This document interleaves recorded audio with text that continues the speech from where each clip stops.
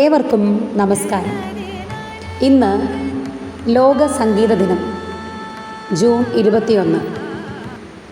Indian സംഗീതത്തെ നമുക്ക് പ്രധാനമായും 4ആയി തരംതിരിക്കാം.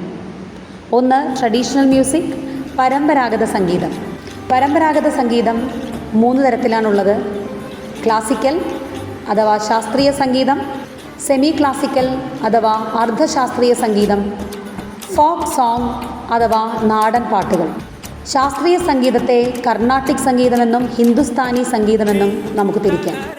അർദ്ധശാസ്ത്രീയ സംഗീതത്തെ ഗസൽ, നാട്യസംഗീതം, ഭജൻ എന്നിങ്ങനെ തരംതിരിച്ചിരിക്കുന്നു. എന്നാൽ നാടൻ പാട്ടുകളെ ഓരോ പ്രദേശത്തിനുമനുസരിച്ച് തിരിച്ചിരിക്കുന്നു.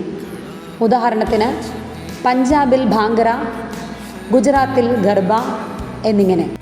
രണ്ടാമത്തെ മ്യൂസിക് എന്ന് പറയുന്നത് പോപ്പ് മ്യൂസിക് അഥവാ പോപ്പ് സംഗീതമാണ്. പാശ്ചാത്യ സംഗീതത്തിൻ്റെയും ഇന്ത്യൻ സംഗീതത്തിൻ്റെയും ഒരു ഫ്യൂഷനാണ് പോപ്പ് മ്യൂസിക് അഥവാ പോപ്പ് സംഗീതം. മൂന്നാമത്തെ സംഗീതം എന്ന് പറയുന്നത് ഇൻഡി മ്യൂസിക് അഥവാ സ്വദേശ സംഗീതം. സ്വന്തമായി പരീക്ഷണത്തിലൂടെ ഉണ്ടാക്കുന്ന സംഗീതമാണിത്. ഇതിനുദാഹരണം റാപ്പ് മ്യൂസിക്കാണ്. നാലാമത്തെ വിഭാഗമാണ് വെസ്റ്റേൺ മ്യൂസിക് അഥവാ പാശ്ചാത്യ സംഗീതം. ഇതിനുദാഹരണമായി പറയാനുള്ളത് ജാസ് മ്യൂസിക്, റോക്ക് മ്യൂസിക് എന്നിങ്ങനെ.